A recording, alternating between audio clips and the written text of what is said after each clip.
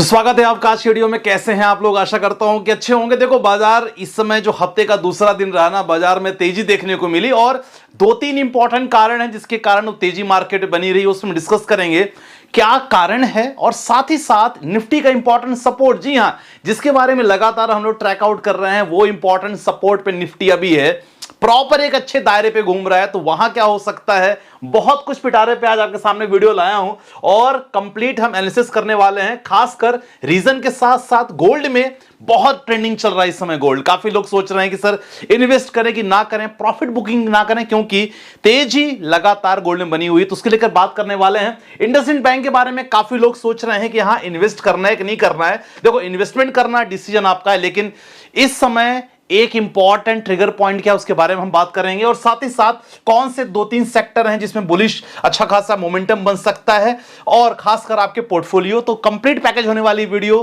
को दिल से लाइक कर देना, चैनल पे नया सब्सक्राइब कर लेना। चलो स्टार्ट करते हैं। सबसे पहले मार्केट अपडेट्स लेते हैं और सबसे इंपॉर्टेंट देखो रीजन यार, अभी जो मार्केट वीडियो बना रहा हूं लगभग 2:20 हो रहा है और अब मार्केट का सेंटीमेंट अच्छा खासा मार्केट बुलिश में है। 895 पॉइंट ऑलमोस्ट अच्छा खासा आज मार्केट ने रिएक्शन दिया। तो एज ए ट्रेडर हमने बहुत अच्छा कमाया। तो जो ट्रेडिंग हिस्सा बनना चाहते हैं, डिस्क्रिप्शन पे लिंक है, आप ज्वाइन कर सकते हो हमारे साथ। और खासकर इन्वेस्टमेंट के लिए एक उम्मीद बन गई है। तो सेंसेक्स 894 पॉइंट अभी तेजी बनी हुई है जब तक वीडियो बना रहा हूं। और जो इंपॉर्टेंट, मैं निफ्टी की बात कर रहा था ना आपसे कि जी हां, काफी लोगों को पता होगा 22,500 22,700 के बीच निफ्टी देखो घूम रहा है।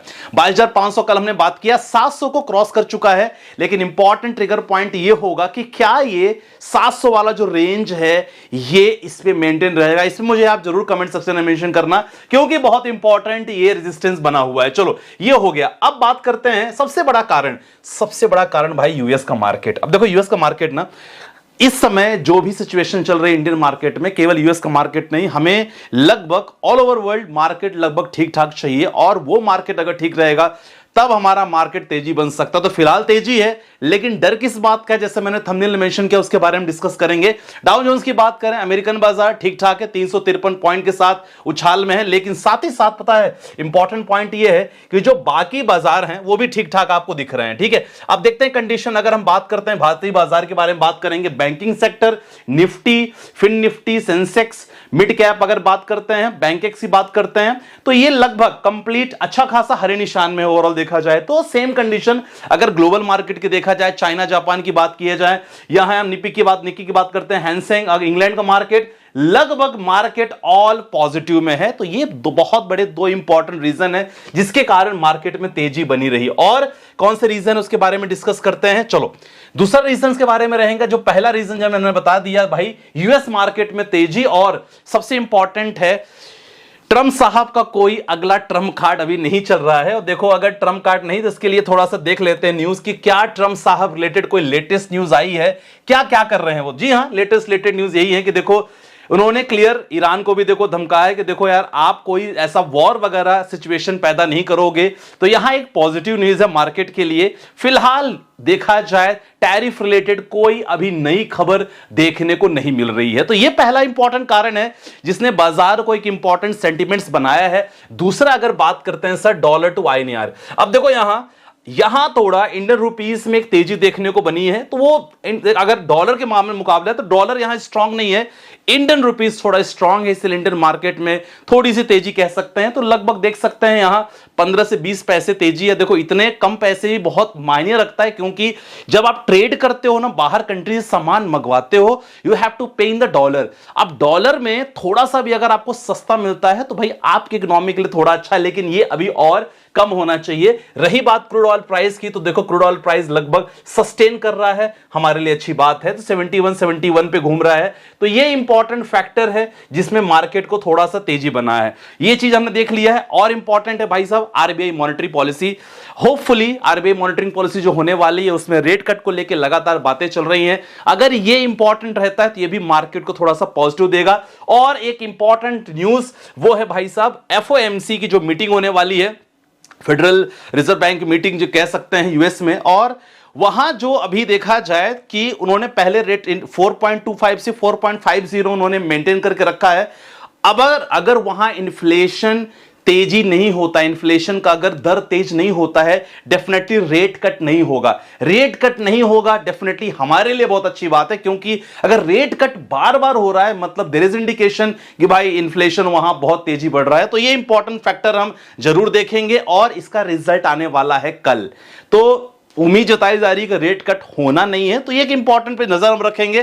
क्योंकि सेल्स की अगर बात करें तो पहले सेल्स इनका डाउन था, रिटेल सेल्स यूएस का, जो अभी 0.2% बढ़ गया, तो ये एक इंपॉर्टेंट फैक्टर हो गया। चलो ये हमने बात कर लिया कि भाई ये तो मार्केट को बढ़ाने का एक रीजन रहा, लेकिन एक जो डर के बारे में बात कर रहे हैं, याद करिए अक्टूबर 2024 जहां चाइना ने ना स्टिमुलस पैकेज की अनाउंसमेंट की थी, और जब उसने किया था एक आर्टिकल आया था, मैं आपको दिखाना चाहूंगा, बड़ा इंपॉर्टेंट आर्टिकल है, वहां से आप काफी कुछ कोरिलेट कर पाओगे। देखो ये आर्टिकल था, नव भारत टाइम्स का आर्टिकल था, और उन्होंने मेंशन किया था 27 लाख करोड़ का आर्थिक पैकेज, चीन ने बताया 3 महीने का प्लान, क्या फिर गिरेगा भारतीय बाजार। ये पुरानी खबर है, मैं आपको बताना चाहूंगा कब की खबर है ये खबर है देखा जाए अक्टूबर की खबर है, और देखो 12 अक्टूबर 2024 की खबर है। और इसके बाद ये बता दिया गया था कि देखो आर्थिक, क्योंकि देखो स्टिमुलस, क्योंकि इनकी ऑलरेडी आर्थिक व्यवस्था, आर्थिक स्थिति काफी खराब थी चाइना की, जिसके कारण अच्छा खासा सरकार ने आर्थिक पैकेज उन्होंने बताया था।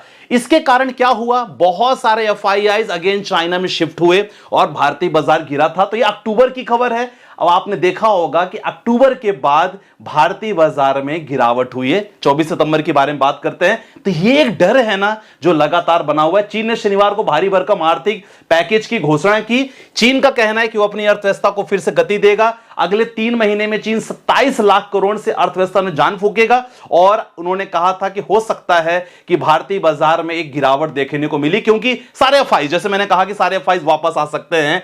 तो इस समय अगेन एक इंपॉर्टेंट खबर देखने को मिल रही है, और वो खबर देखने को मिल रही है कि अगेन अपनी इकोनॉमी को बूस्ट करने के लिए चाइना अगेन फिर यहां स्टिमुलस लाने वाला है। और अगेन अगर ये अच्छा खासा स्टिमुलस लाए तो वो एक भारतीय बाजार के लिए एक इंपॉर्टेंट संकट हो सकता है। तो ये मुझे ऐसा फील हो रहा है, क्योंकि देखो चाइना, ऐसे खबर आई है, चेक कर लेना मनी कंट्रोल में, चाइना में announce more support for the economy, और वो स्टिमुलस पैकेज आपको पता है 12 लाख करोड़ का प्लान कर रहे हैं। तो स्टील का यहां देखा जाए तो स्टील सेक्टर में तेजी देखने को मिल सकती है, लेकिन ओवरऑल बाकी मार्केट में थोड़ा सा ये एक जरूर नेगेटिव पॉइंट है। तो इसके बारे में आप क्या कहोगे जरूर कमेंट सेक्शन में मेंशन करना। चलो ये हमने पॉइंट कवर कर लिया है। अब अगले पॉइंट पे आते हैं सर, कि अगला पॉइंट हमने क्या मेंशन किया था, इंडसइंड बैंक के बारे में। देखो इसमें इंस्पेक्शन लगातार चल रहा है, तो मैं आपको यहां कोई फर्दर एक्टिविटी करने से डायरेक्टली मना करूंगा, ऐसा मुझे लग रहा है। तो डायरेक्टली इस पे खत्म करते हैं। सेक्टर, जी हां, मेटल सेक्टर, डिफेंस सेक्टर को और बैंकिंग सेक्टर, 3 ऐसे इंपॉर्टेंट सेक्टर है जिस पे लगातार आप देख सकते हैं कौन से स्टॉक होंगे। इसके लिए डिस्क्रिप्शन पे लिंक है हमारे ग्रुप की, वहां ज्वाइन कर लेना, क्योंकि यहां मुझे राइट्स नहीं है स्टॉक के बारे में बताने के लिए, तो वहां पता कर सकते हो। बाकी निफ्टी का सपोर्ट हमने बात कर लिया। चलो अब पोर्टफोलियो पे आ जाते हैं। ठीक है, पोर्टफोलियो काफी शानदार है, लेकिन कमेंट बड़े मजेदार है। कमेंट देखो, म्यूचुअल फंड तो सही है, टीवी में रोज विज्ञापन देखा करते हैं, अब क्या हो रहा है, आपकी तरह हमको कोई जानकारी थी, बस एसडब्ल्यूपी के लिए इन्वेस्ट किया था। देखो म्यूचुअल फंड सही था, सही है, सही रहेगा, लेकिन इंपॉर्टेंट हुआ उनके लिए रहेगा जो लगातार इन्वेस्ट कर रहे हैं, लॉन्ग टर्म के लिए इन्वेस्ट कर रहे हैं। आप ये सोचोगे 1 साल 2 साल प्लान करेंगे तो म्यूचुअल फंड आपके लिए सही नहीं है। इसीलिए प्रॉपर गोल बना के निवेश करो, 5 साल का प्लान करो, डायवर्सिफाई पोर्टफोलियो रखो, small cap, mid cap, large cap, flexi cap, ऐसे बराबर मात्रा में रखो, तब जाके ठीक हो सकता है। एक पोर्टफोलियो आया है, sir investing till 2.5 years and I am still in 12% profit, great, should I withdraw 40% of my portfolio so that I can invest that again when market. नहीं, ऐसा नहीं है।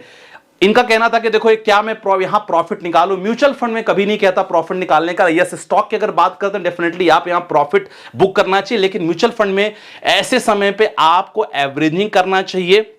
आपकी एज 22 है, बहुत ही मतलब बहुत कम एज है। यहां से आपको मनी की अगर रिक्वायरमेंट जब तक ना हो तब आपको पैसे नहीं निकालना चाहिए। क्लियर, मुझे ऐसा लग रहा है। ठीक है, अगले कमेंट सेक्शन पे आते हैं। अगला क्या है, सर रिव्यू कर लीजिएगा, एज 33 साल है, अगले 27 साल के लिए निवेश करना है। तो देखो 1 करोड़ 10 ईयर्स में 31,000, Nippon India large cap fund बहुत बढ़िया, पराग पारिक अच्छा है, जीएम फ्लेक्सी कैप, देखो दोनों में से किसी एक में रखो। आपने एक फ्लेक्सी कैप फंड रखा है, दूसरा लेने की जरूरत नहीं, चाहो तो पराग पारिक कर सकते हो, जेएम फ्लेक्सी कैप यहां हटा सकते हो, मोतीलाल का मिड कैप ठीक है, एचडीएफसी मिड कैप ठीक है, जेएम फ्लेक्सी कैप फंड की जगह पे कोई लार्ज एंड मिड कैप कर लो, ज्यादा बेटर रहेगा। ठीक है, टाटा स्मॉल कैप आपने रखा है, कैनरा को स्मॉल कैप रखा है, और ये आपने रखा है, तो कैनरा और मोतीलाल इन दोनों को ज्वाइन कर लो, दोनों में से कोई एक स्मॉल कैप रखो, माइक्रो कैप है लेकिन दोनों में से कोई एक रखो और उसका लगभग 4000 रखो। बाकी अगर एचडीएफसी फार्मा हेल्थ केयर है तो इसमें आप रखो ना रखो, लेकिन अगर इसको रखे हो तो target more than 5 years plan रखना। ठीक है, चलो नेक्स्ट पे आते हैं। अब देखो जब ऐसी चीजें आती है तो बड़े कमेंट्स भी अच्छे रहते हैं। 3 दिन से रिटेल इन्वेस्टर का इन्वेस्टमेंट नहीं हुआ था, इसलिए तेजी दिखाई दे रही थी। इस साल निफ्टी सेंसेक्स का टॉप 26,000 तक भी जाना संभव। देखो निफ्टी 26 जाए 24 जाए 25 जाए, यहां आपको ना लॉन्ग टर्म पे प्लान करना होगा। निफ्टी 21 भी आ सकता है, 23 भी आ सकता है। अगर ऐसे मौके पे आता है तो एवरेज करो, नहीं आता है तो होल्ड करके रखो। मैं तो यही कहूंगा लगातार रिमेन इन्वेस्टेड रहो, ये सब चीजें चलती रहेंगी, ज्यादा कोई फर्क आपको नहीं पड़ना है। चलो अगला क्वेश्चन आता है, बड़ा मजेदार क्वेश्चन है सर। अब तो पागल ही बना रखा है, कोई कह रहा है मार्केट ऊपर जाएगा, कोई कह रहा है मार्केट नीचे जाएगा। तो मैं आपको देखो यही कहता हूं कि साला खुद ही कंफ्यूज है, रिटेलर को भी कंफ्यूज किए जा रहे हैं। देखो यहां एक चीज आपको समझनी पड़ेगी। देखो आपने ये चार्ट देखा होगा, हो सकता है सेंसेक्स का हो, निफ्टी का हो चार्ट। क्या आपने ये चीज देखा है कि क्या ये चार्ट आपको केवल एक डायरेक्शन, ओवरऑल आपको डायरेक्शन अपवर्ड दिखेगा, लेकिन क्या ये मार्केट मौका नहीं देता? देखो मार्केट यहां गिरा 2008, 2015, 2020, 23-24 की बात करें, लगातार मार्केट में गिरावट है। तो ये चीज लगातार आपको मिलती रहेगी। सर आपका बुद्धि विवेक यहां इंपॉर्टेंट है कि आप इस मार्केट को लेके क्या समझते हैं। लोग तो बोलते रहेंगे, मेरे बाद 4 वीडियो देखोगे बोलेंगे मार्केट ऊपर है, फिर देखोगे मार्केट नीचे है, ये चलता रहेगा। लेकिन अपना अकल लगाना है, इन्वेस्टमेंट जो कर रहे हो लगातार करते रहो, जो मैं भी कर रहा हूं। मार्केट गिरता है लमसम करो, अपॉर्चुनिटी है, इससे बेहतरीन मौका अच्छे शेयर्स में सचमुच नहीं मिलेगा। अच्छे शेयर कौन से हैं आपको सबको पता है कि कौन कौन से बेसिक बेहतरीन शेयर हैं। तो ये सब चीज अगर आप करोगे, इतने टेंशन में नहीं रहोगे। तो हितेश भाई इतना टेंशन नहीं लेने का सर। बाकी आप पोर्टफोलियो रिव्यू करवाना हो, we have registered with AMFI, ARN number आपके सामने मेंशन है, पोर्टफोलियो चेक करवा सकते हो, डिस्क्रिप्शन पे लिंक है और ज्वाइन हो सकते हो हमारे साथ, राइट। बाकी आपको क्या लगता है, दूसरा दिन मार्केट का तेजी था अभी तक, क्योंकि मुझे नहीं पता वीडियो आएगी तो क्या होगा। क्या आपको लगता है कि ये तेजी बनी रहेगी कि ये एक बहुत बड़ा ट्रैप है? कमेंट सेक्शन में मेंशन करना, देखते हैं सबसे मजेदार कमेंट किसका रहता है। बाकी मिलते हैं नेक्स्ट वीडियो के साथ। बाय बाय, टेक केयर, जय हिंद दोस्तों।